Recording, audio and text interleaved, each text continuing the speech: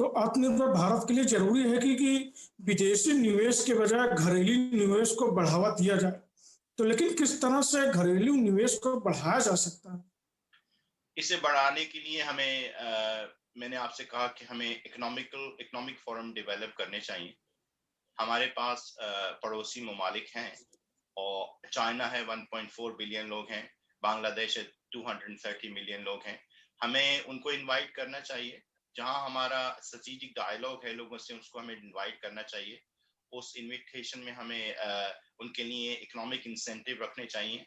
फिर हमें कोलैबोरेट करना चाहिए, हमें अपने डेलीगेशंस को भेजना चाहिए यूरोपियन यूनियन और स्विट्जरलैंड फॉर डेवोस मीटिंग, और फॉर एग्जांपल अमेरिका, और जो सो कॉल्ड डेवलप्ड कंट्रीज हैं उसके लिए हमें करना चाहिए। इसके साथ साथ हमें लॉबी भी करनी चाहिए कि वर्ल्ड बैंक और आईएमएफ में हमारे जो लोग हैं उनको भी पद पर रखा जाए, क्योंकि वर्ल्ड बैंक और आईएमएफ के अंदर ये माना जाता है कि अगर आईएमएफ का चेयरमैन अमेरिकन होगा तो वर्ल्ड बैंक का चेयरमैन यूरोपियन होगा। इसको हमें चैलेंज करना चाहिए, क्योंकि जैसे जैसे चाइना और भारत आगे बढ़ेंगे, हमें अपना हक मांगने का हक है और हमें मांगना चाहिए। इसी से हमारे यहाँ निवेश बढ़ेगा, क्योंकि निवेश को बढ़ाने का दो ही तरीके हैं। एक तो हम बाहर से जो निवेश करने वाले लोग हैं उन्हें अट्रैक्ट करें, या फिर हम इंसेंटिवाइज करें हमारे इंटरनल लोगों को, जो हमारे देश के लोग हैं, कि वो हमारे साथ ज्यादा सेविंग करें। वो सेविंग जब ही हो सकती है जब लोगों के पास पैसे होंगे, इकोनॉमिकली वायबिलिटी होगी कंट्री के अंदर।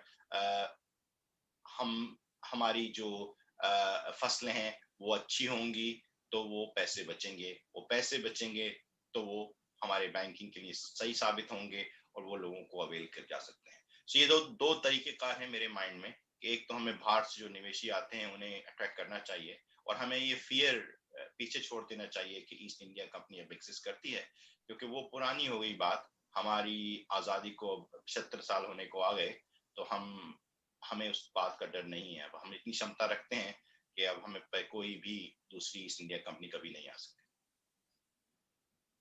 तो इस दिशा में प्रधानमंत्री नरेंद्र मोदी द्वारा किए जा रहे प्रयासों को लेकर के आप क्या कहना चाहेंगे? उनका जो इनिशिएटिव है वो बहुत अच्छा है। विकास के बारे में मैं यही कहूंगा कि नरेंद्र मोदी भारत के लिए एक सुनहरी चैप्टर लिख रहे हैं। अभी बहुत सारे लोग इस बात को क्रिटिसाइज करते हैं कि उनकी इकोनॉमिक पॉलिसीज हार्ड हैं। मैं नहीं मानता इस बात को। मैं उनका प्रशंसक हूँ और मैं उनको सपोर्ट करता हूँ। उनकी इकोनॉमिक पॉलिसीज पे वो फाउंडेशन डाल रहे हैं भारत की इकोनॉमी को बहुत स्ट्रांग बनाने के लिए। तो मैं उस बात से उनसे एग्री करता हूँ। मैं ये भी कहूँगा कि लिबरलाइजेशन भी हमें करनी चाहिए। हमें बहुत सारा काम करना है। हमें रुपी को भी कन्वर्ट करना है सम स्टेज पे, क्योंकि अभी आप देख रहे हैं कि एक टसल चल रही है वर्ल्ड के अंदर कि जे डॉलर जो कि रिजर्व करेंसी रहा है हिस्टोरिकली, अब वो चैलेंज हो रहा है चाइनीज रेमनेबाई से।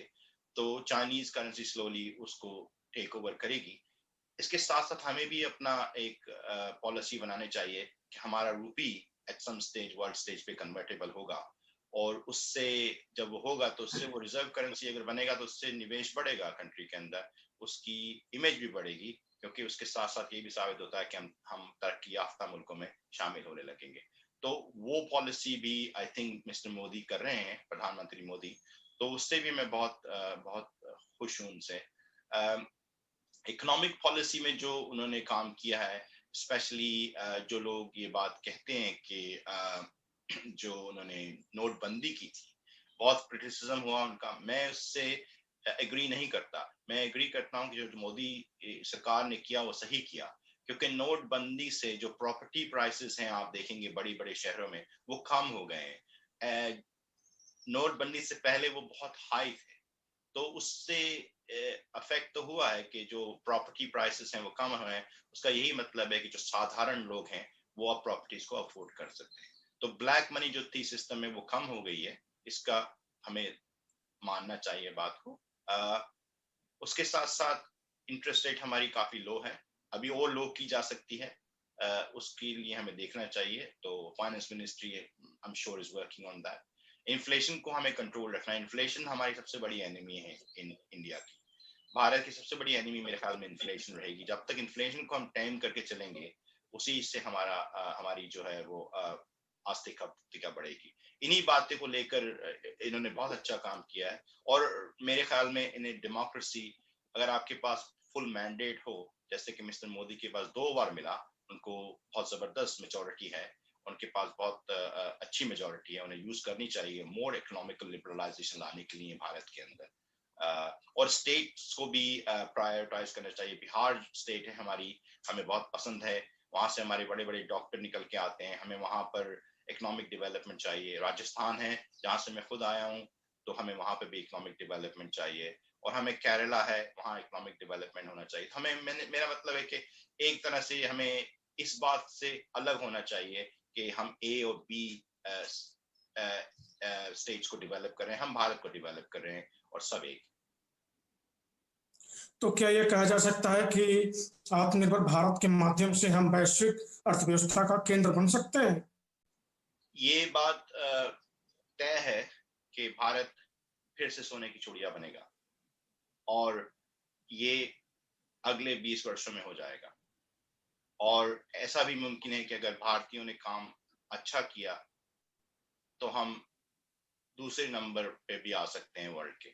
मुझे लगता है कि चाइना इकोनॉमिकली नंबर 1 ही रहेगा, अमेरिका 1, 2, 3 में कहीं होगा, लेकिन भारत भी उन्हीं 3 में से एक होगा। और जिस प्रकार से हम योजनाएं बना रहे हैं, जिस प्रकार से हम लिबरलाइजेशन कर रहे हैं, जो कि 1992 से मिस्टर डॉक्टर मनमोहन सिंह के द्वारा शुरू हुई, और अब और सफलताएं करंट प्रधानमंत्री मोदी जी के थ्रू है, उसी के थ्रू मैं कहूंगा कि हम बहुत लाभ उठा रहे हैं।